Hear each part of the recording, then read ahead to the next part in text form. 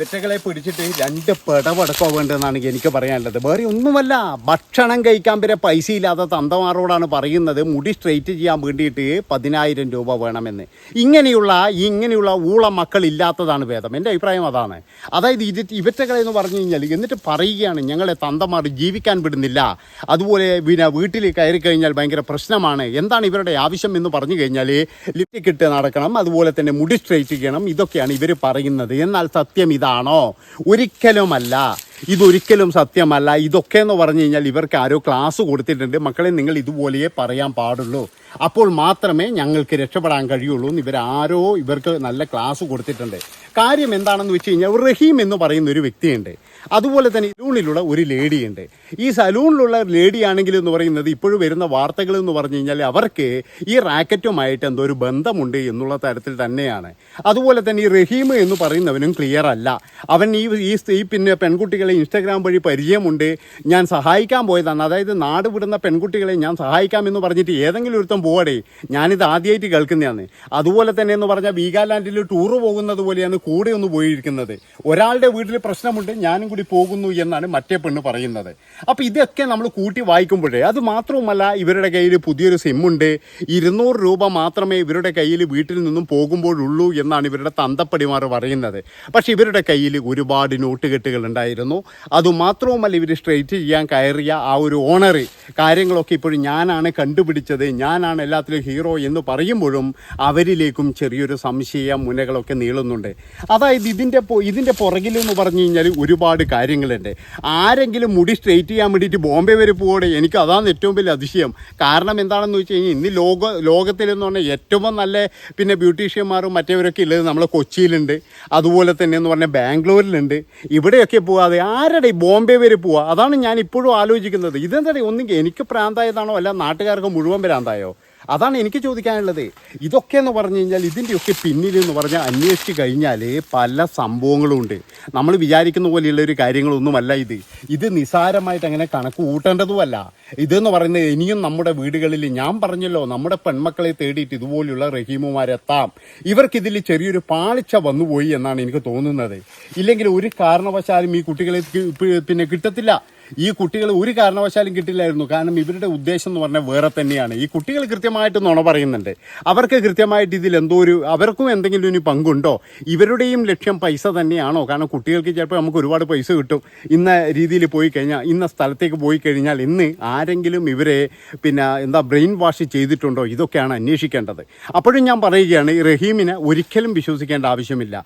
അതായത് അവൻ ഇതിൻ്റെ അകത്തുള്ള ഹീറോ അല്ല. അതുപോലെ തന്നെ ഈ ലേഡി സലൂൺ നടത്തുന്ന ലേഡി അവരുടെ അടുത്ത് മാത്രം എത്തിയതിലെന്ന് പറഞ്ഞാൽ ദുരൂഹതകളുണ്ട്. എന്താണെന്ന് വെച്ചാൽ ബോംബെയിൽ നിരവധി സലൂണുണ്ട്, ഒരുപാട് സലൂണുണ്ട്. ഇതൊക്കെ കടന്നു വെച്ചിട്ട് ഈ സ്ത്രീയുടെ സലൂണിൽ എത്തണമെങ്കിൽ അതുമാത്രവുമല്ല അവിടെ നിന്നും ഈ സ്ത്രീ പറഞ്ഞ കാര്യം ഇവിടെ കല്യാണത്തിന് വന്നതാണെന്നാണ് പറഞ്ഞത് എന്നുള്ള തരത്തിലൊക്കെ കുറച്ച് തട്ടിവിടലൊക്കെ വിട്ടിട്ടുണ്ടായിരുന്നു. അപ്പോഴൊക്കെ എന്ന് പറഞ്ഞു കഴിഞ്ഞാൽ ഈ സ്ത്രീ എന്തിനാണ് അങ്ങനെ ചോദിച്ചത്? എല്ലാവരോടും ഇങ്ങനെ ചോദിക്കാറുണ്ടോ? അവിടെ നിരവധി ആൾക്കാർ വരുന്നുണ്ടാകും, എല്ലാവരോടും ഈ സ്ത്രീ ഇങ്ങനെ ചോദിക്കാറുണ്ടോ? എവിടെ നിന്നാണ് വരുന്നത് എന്നൊക്കെ ചോദിക്കാറുണ്ടോ? അപ്പോൾ തന്നെ നമുക്ക് ഈ വാർത്ത കേൾക്കുന്ന അതായത് നമ്മളും ഒരുപാട് നാളായി ഇത് കേൾക്കാൻ തുടങ്ങിയിട്ട് നമുക്കൊരുപാട് സംശയങ്ങളാണ് ഇങ്ങനെ വരുന്നത്. അപ്പോൾ എനിക്ക് പറയാനുള്ളൊരു കാര്യം എന്ന് പറഞ്ഞാൽ ഇതൊരു വലിയ റാക്കറ്റാണ്, ഒരു വലിയൊരു കണ്ണി. അതായത് എനിക്ക് തോന്നുന്നത് ഒരു പക്ഷേ എന്ന് പറഞ്ഞാൽ സെക്സ് റാക്കറ്റ് പോലും ഇതിൻ്റെ പുറകിലുണ്ടോ എന്ന് കൃത്യമായിട്ട് അന്വേഷിക്കണം. അല്ലാതെ ഒരു പെൺകുട്ടികളും നാട് വിട്ട് മുംബൈയിലേക്ക് പോയ ചരിത്രം വളരെ കുറവ് തന്നെയാണ്. കാരണം എല്ലാവർക്കും അറിയാം മുംബൈയിൽ പോയി കഴിഞ്ഞാലുള്ള ജീവിത സാഹചര്യങ്ങൾ, അവിടെ ജീവിക്കാനുള്ള പ്രശ്നങ്ങൾ, ഇതൊക്കെ മുംബൈയിൽ പോയി കഴിഞ്ഞാൽ എല്ലാവർക്കും അറിയാവുന്നതാണ്. അപ്പോൾ ഏറ്റവും കൂടുതലെന്ന് പറഞ്ഞു കഴിഞ്ഞാൽ പെൺകുട്ടികൾ പോകുന്നത് ഒന്നിക്കലും കൊച്ചിയിലേക്കാണ്, ഇല്ലെങ്കിലെന്ന് പറഞ്ഞാൽ ഈ ബാംഗ്ലൂരിലേക്കാണ്. ഇവിടെ 2 സ്ഥലത്ത് പോയി കഴിഞ്ഞാലും ജോലി പെട്ടെന്ന് കിട്ടും, അതുപോലെ തന്നെ താമസിക്കാൻ സൗകര്യങ്ങൾ കിട്ടും. പിന്നെ എന്ന് പറഞ്ഞാൽ അത്യാവശ്യം നമുക്ക് ഭാഷയും കാര്യങ്ങളൊക്കെ ഒരു പ്രശ്നവുമില്ല. ഇതൊന്നും ഓർക്കാതെ 2 പെൺകുട്ടികൾ നേരെ ബോംബെക്ക് പോകണ്ടെങ്കിൽ മോനെ റഹീമേ നിന്റെ സഹായമില്ലാതെ കഴിയോ എന്നാണ് എനിക്ക് ചോദിക്കാനുള്ളത്. അതുകൊണ്ട് അതുകൊണ്ട് റഹീമിന് ഇപ്പോഴും പോലീസ് പൊക്കിയിട്ടുണ്ട്. എനിക്ക് തോന്നുന്നത് അന്നത്തെ ദിവസം എന്ന് പറഞ്ഞു കഴിഞ്ഞാൽ റഹീമിനെ വെച്ചിട്ട് പെൺകുട്ടികളെ കണ്ടുപിടിക്കാനുള്ള പോലീസിൻ്റെ കാര്യമായിരിക്കാം. കാരണം പോലീസുകാർ അങ്ങനെയാണ്, പലതും എന്ന് പറഞ്ഞു കഴിഞ്ഞാൽ മാധ്യമങ്ങളോട് പോലും തുറന്നു പറയില്ല. കാരണം അവർക്ക് ഒരുപാട്, അതായത് തുറന്നു പറയാൻ കഴിയുന്ന കാര്യങ്ങൾ മാത്രമേ മാധ്യമങ്ങളോടും അതുപോലെ പൊതുജനങ്ങളോടും ഇവർ തുറന്നു പറയാറുള്ളൂ.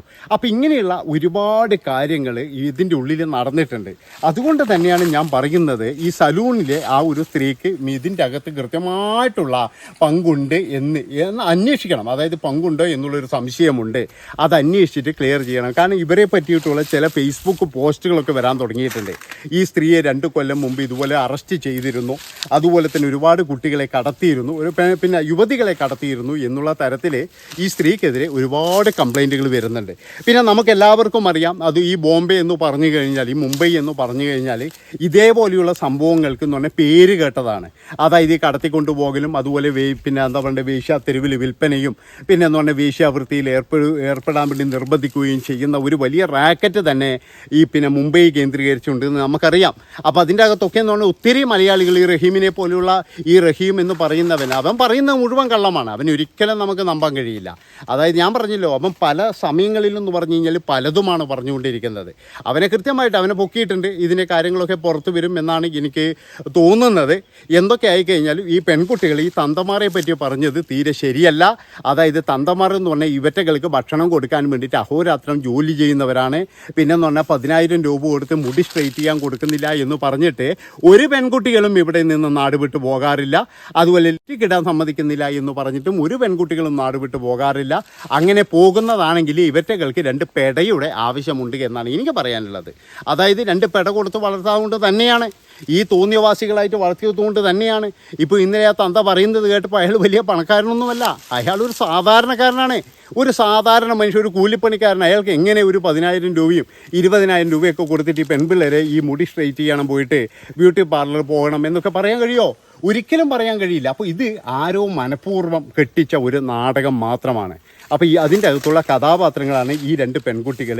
അപ്പോൾ ഇവരെ കൃത്യമായിട്ട് ചോദ്യം ചെയ്ത് കഴിഞ്ഞാൽ ഇതിൻ്റെ എല്ലാ കാര്യങ്ങളും അഴിക്കാൻ കഴിയും. ഇതിൻ്റെ പുറകിലുള്ള ആൾക്കാർ, ഇതിൻ്റെ പുറകിലുള്ള റാക്കറ്റുകൾ, എനിക്കിപ്പോഴും ഈ സെക്സ് റാക്കറ്റ് തന്നെയാണ് എനിക്ക് സംശയം. എന്താണെന്ന് വെച്ച് കഴിഞ്ഞാൽ ഈ പിന്നെ യുവതികളെ കടത്തിക്കൊണ്ടുപോയത് കൊണ്ട് മാത്രം. പിന്നെ ഇതിൻ്റെ പുറകിലൊന്നും ആൾക്കാരൊന്നും ഇല്ലാത്തത് ഇനിയെങ്ങാനും പ്രശ്നങ്ങൾ വന്നു കഴിഞ്ഞാൽ ഞങ്ങളുടെ തലയിൽ വേണ്ട എന്ന് കരുതിയിട്ട് തന്നെയാണ്. അതുകൊണ്ടാണ് ഇവരൊക്കെ പറയുന്നത് ഇൻസ്റ്റഗ്രാം വഴി പരിചയപ്പെട്ടതാണ്, അതുപോലെ ഇവിടുന്ന് പരിചയപ്പെട്ടതാണ്, വഴിയിൽ നിന്നും പരിചയപ്പെട്ടതാണ്, ഞാൻ സഹായിച്ചതാണ്, നാടുവിട്ട് പോകണമെന്ന് പറഞ്ഞപ്പോൾ എൻ്റെ ഒരാളുണ്ട് ഇങ്ങനെ മുംബൈയിൽ പോയാൽ നിങ്ങൾക്കെല്ലാം സഹായം ചെയ്യും എന്ന് പിന്നെ പറഞ്ഞിട്ട് ഞാൻ സഹായിച്ചതാണ് എന്നുള്ള തരത്തിലൊക്കെയാണ് ഇപ്പോഴെല്ലാവരും പറയുന്നത്.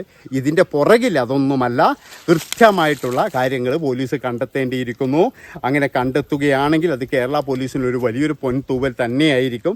കാരണം നിരവധി കേസുകൾ നമ്മുടെ ഈ കേരളത്തിൽ നിന്ന് കാണാതായ നിരവധി യുവതികളുണ്ട്. അവരുടെയൊക്കെ കേസുകൾ ചിലപ്പോൾ തെളിയിക്കാൻ കഴിയുമെന്നാണ് എനിക്ക് തോന്നുന്നത്. അപ്പോൾ ഇത്രയും പറഞ്ഞുകൊണ്ട് ഈ ഒരു വീഡിയോ ഇവിടെ വെച്ച് വൈൻഡപ്പ് ചെയ്യാണ്. ഇഷ്ടപ്പെട്ട് കഴിഞ്ഞാൽ എല്ലാവരും ചാനൽ സബ്സ്ക്രൈബ് ചെയ്ത് കൂടെ കൂടിക്കോ. നന്ദി, നമസ്കാരം.